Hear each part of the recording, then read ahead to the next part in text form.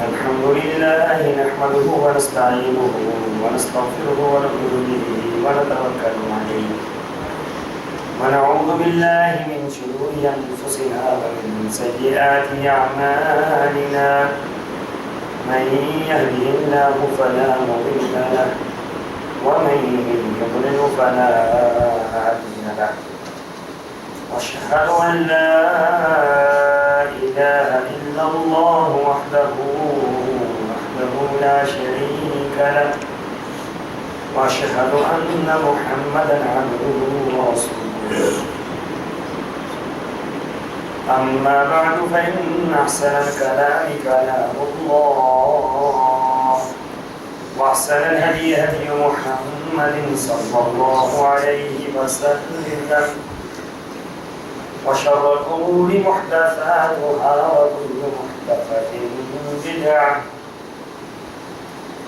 وكل بدعة ضلالة وكل ضلالة في النار. قال الله تبارك وتعالى في القرآن المجيد: أعوذ بالله السميع العليم من الشيطان الرجيم. بسم الله الرحمن الرحيم. والذين اجتنبوا الطاغوت أن يعبدوها وأنابوا إلى الله لهم البشرى فبشر عباد الذين يستمعون القول فيتبعون أحسنه أولئك الذين هداهم الله وأولئك هم أولو الألباب. أفمن حق عليه كلمة العذاب أفأنت تنقذ من في النار. لكن الذين اتقوا ربهم لهم غرف من فوقها غرف مبنية تجري من تحتها الأنهار وعلى الله لا يخلف الله الميعاد. اللهم صل على محمد وعلى آل محمد كما صليت على إبراهيم وعلى آل إبراهيم إنك حميد مجيد. اللهم بارك على محمد وعلى آل محمد كما باركت على إبراهيم وعلى آل إبراهيم إنك حميد مجيد. سبحانك لا علم لنا إلا ما علمتنا إنك أنت العليم الحكيم.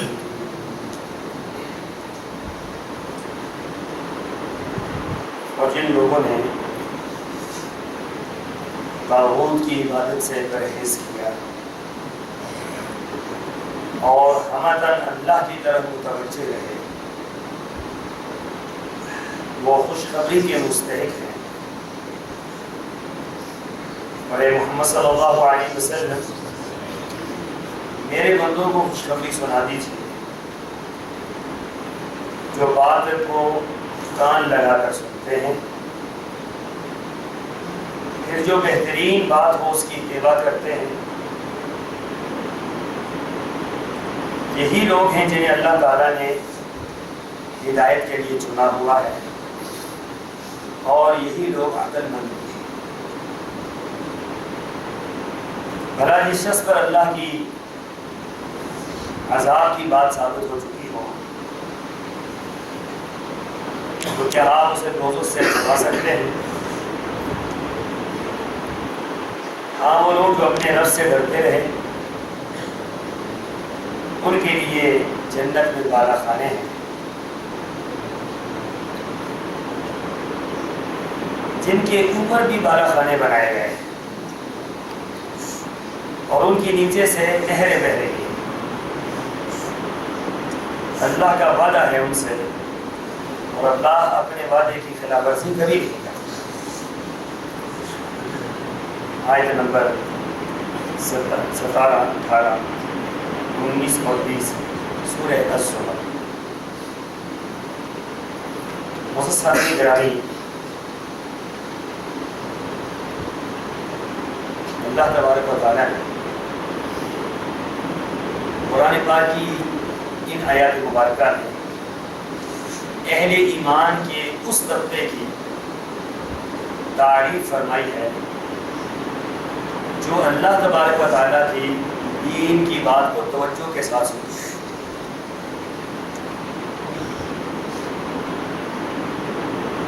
دیکھیں قرآن پاک میں اللہ تعالیٰ نے فرمایا إِنَّ ذِكْرَىٰ تَنفَعُ الْمُؤْمِنِينَ، اے محمد صلی اللہ علیہ وسلم آپ نصیحت کیجئے، آپ لوگوں کو واعظ و نصیحت سنائیں۔ اور واعظ و نصیحت سے کیا ہوگا؟ واعظ و نصیحت سے یہ ہوگا کہ مومنوں کو فائدہ ہوگا، مومنوں کا ایمان واعظ و نصیحت سے بڑھ جاتا ہے۔ یہ جو ہم ہفتے کے بعد ایک دن واعظ و نصیحت سنتے ہیں، یہ ایک دن واعظ و نصیحت سننے کا مقصد کیا ہے؟ یہ صرف کوئی رسم نہیں ہے کہ جو جمعے کے دن ہم ایک رسم ادا کرنے کے لیے آ رہے ہیں، جمعے کے دن ہم نماز پڑھنے کے لیے آ رہے ہیں، یہ نماز کا جمعہ نہیں ہے۔ یہ بنیادی طور پر یہاں پہ آنے کا سب سے اہم ترین اور بڑا مقصد نماز پڑھنا نہیں ہے بلکہ خطبہ سننا ہے۔ اس لیے جمعے کی نماز کو خطبے کے ساتھ منسلک کر دیا گیا ہے، جمعے کی نماز کو واعظ و نصیحت کے ساتھ جوڑ دیا گیا ہے۔ اگر کوئی بندہ جمعے کے دن صرف نماز پڑھ کے چلا جاتا ہے، واعظ و نصیحت نہیں سنتا ہے، واعظ و نصیحت کے لیے بیٹھتا نہیں ہے، تو اس کا جمعہ ضائع ہو جاتا ہے، اس کی جمعے کی کوئی حیثیت نہیں۔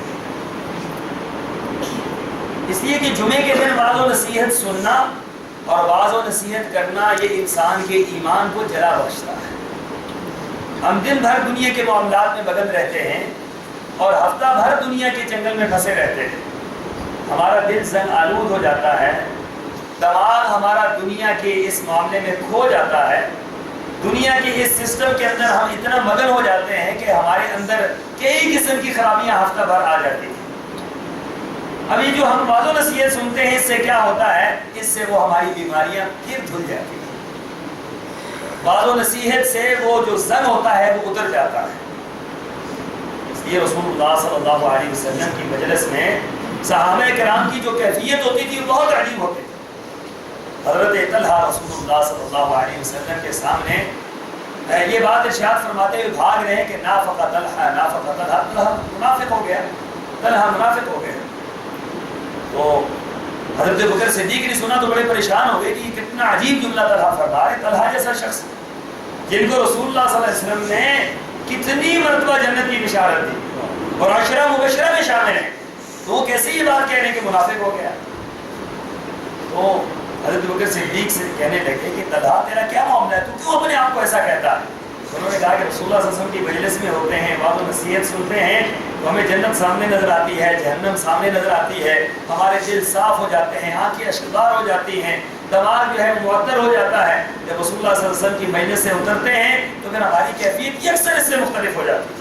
گھروں میں جاتے ہیں تو بھول جاتے ہیں یہ ساری باتیں، بیوی بچوں میں مگن ہو جاتے ہیں، کاروبار میں مگن ہو جاتے ہیں، تو وہ جو کیفیت رسول اللہ صلی اللہ علیہ وسلم کے پاس ہماری ہوتی ہے وہ کیفیت ہماری باہر نہیں ہوتی۔ اس کو حضرت طلحہ نے نفاق سے تعبیر کیا۔ یہ وہ لوگ تھے کہ جن کو ہر وقت اپنے ایمان کی فکر رہتی تھی کہ کہیں ہمارا ایمان ضائع نہ ہو جائے، کہیں ہمارا ایمان برباد نہ ہو جائے، کہیں ہماری نیکیاں برباد نہ ہو جائے، کہیں ایسا نہ ہو کہ ہمارے پلے میں کچھ بھی نہ رہے، ہر وقت ان کو یہ فکر ستائے رہتی تھی۔ تو حضرت ابوبکر صدیق فرمانے لگے کہ طلحہ یہ میرا معاملہ بھی ایسا ہی ہے، جیسے آپ فرما رہے ہیں یہی بات میرے ساتھ۔ تو چلو دونوں چلے جاتے ہیں سرور کونین سے جا کر اپنے مسئلے کا حل پوچھتے ہیں۔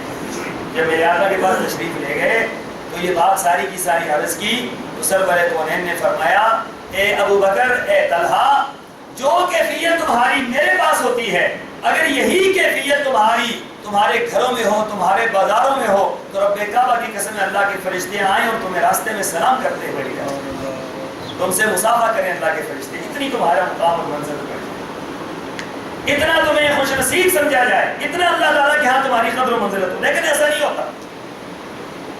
لیکن سامعین محترم، اصل مسئلہ یہ ہے کہ جب آپ یہاں پر آتے ہیں تو آپ کی کیفیت اکثر بدل جاتی ہے، جب آپ باہر جاتے ہیں تو آپ کی کیفیت کچھ اور ہو جاتی ہے۔ یہ ایک انسانی فطرت ہے جس کے اندر تبدیلی آتی ہے، لیکن اس کو اس معاملے میں نہیں رہنا چاہیے کہ آپ کا یہاں پر دین اور ہے، باہر کا دین اور ہے. یہ نہیں ہونا چاہیے کہ آپ یہاں پر تو ایک مومن ہیں، یہاں پر ایک اچھے مسلمان ہیں، یہاں پر ایک اچھے دیندار ہیں، باہر گئے ہیں آپ کا وہ سارے کا سارا لبادہ اتر گیا ہے.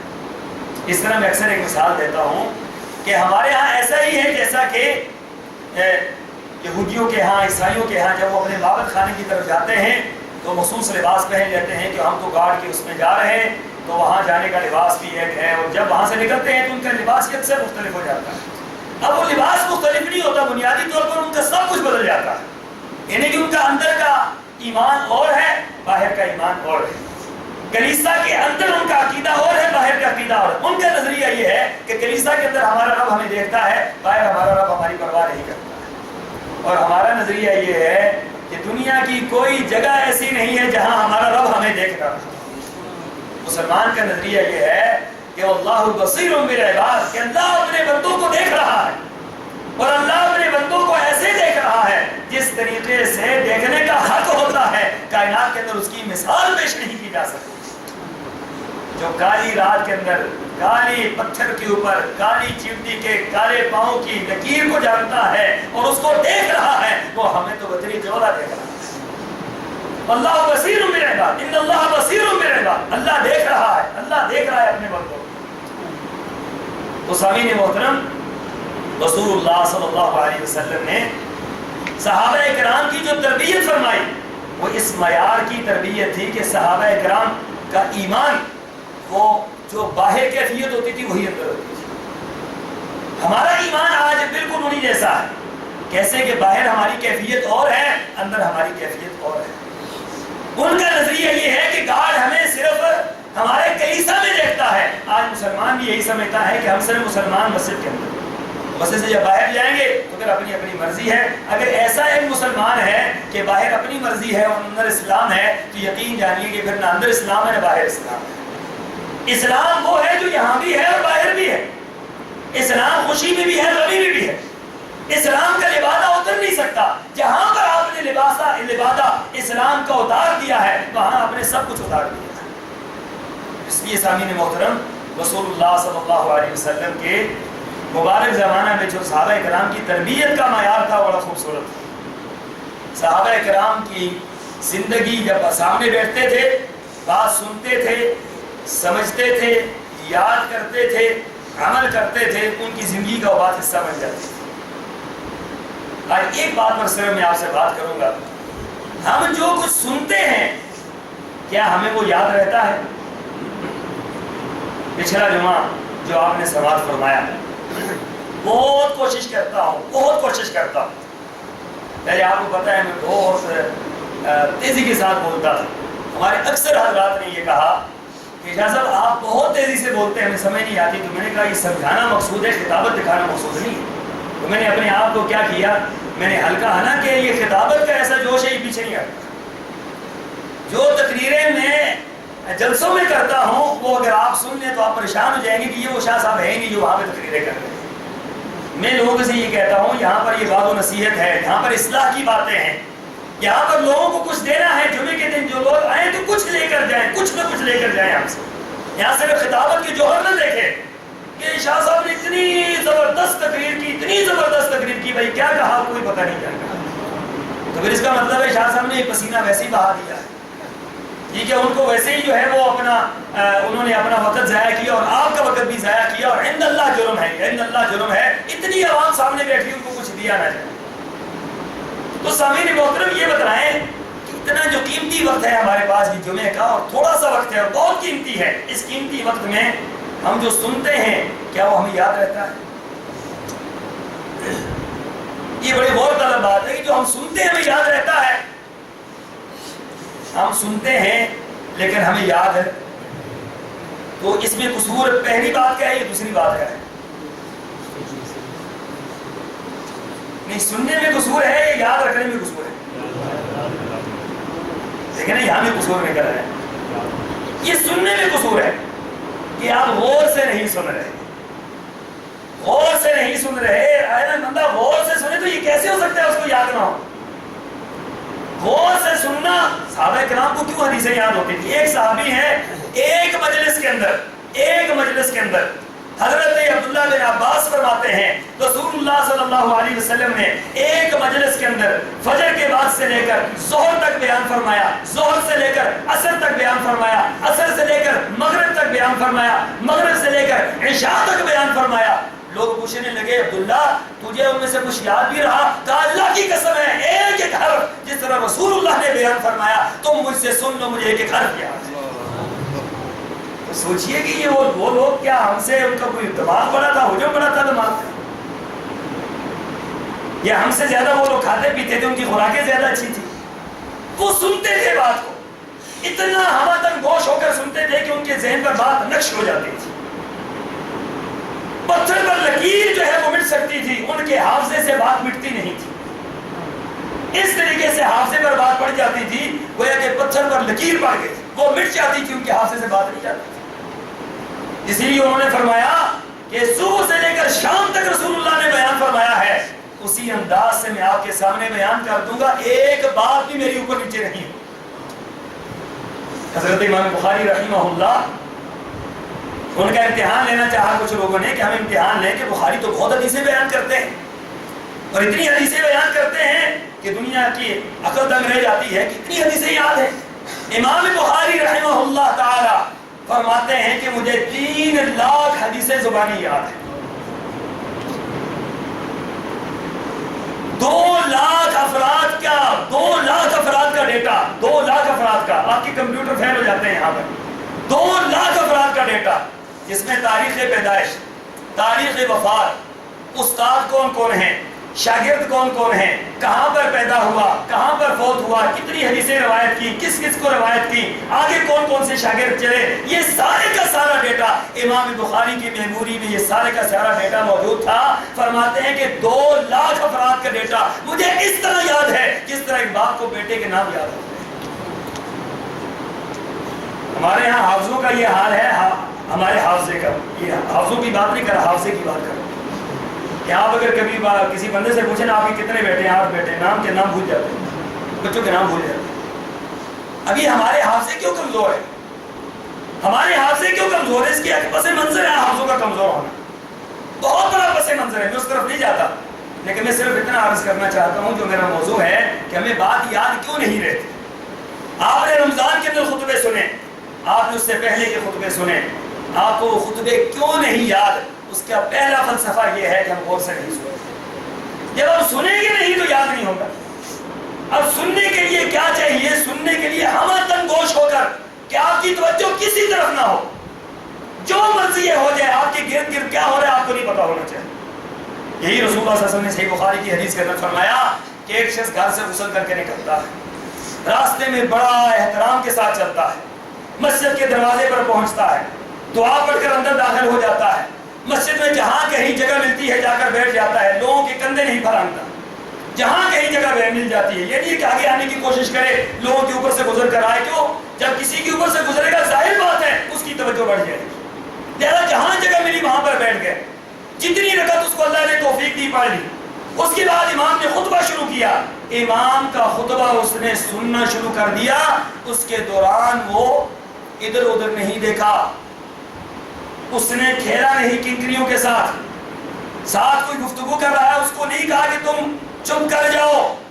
ساتھ آپ کی اگر جمعے کے خطبے میں آپ بیٹھے ہوئے ہیں، کوئی ساتھ باتیں کر رہا ہے، اس کو منع کرنا بھی منع ہے. آپ اس کو منع نہ کریں کہ جس نے کسی باتیں کرنے والے کو منع کر دیا کہ چپ ہو جا، صرف اتنے لفظ سے آپ کا خطبہ بھی برباد ہو جائے، آپ کا ثواب بھی برباد ہو جائے. اب جو باتیں کرنے والا ہے اس کا کتنا گناہ ہو. جمعے کے خطبے کے اندر بیٹھنے والے ہمہ گوش ہو کر بیٹھے، کوئی سونے والا ان میں موجود ہے؟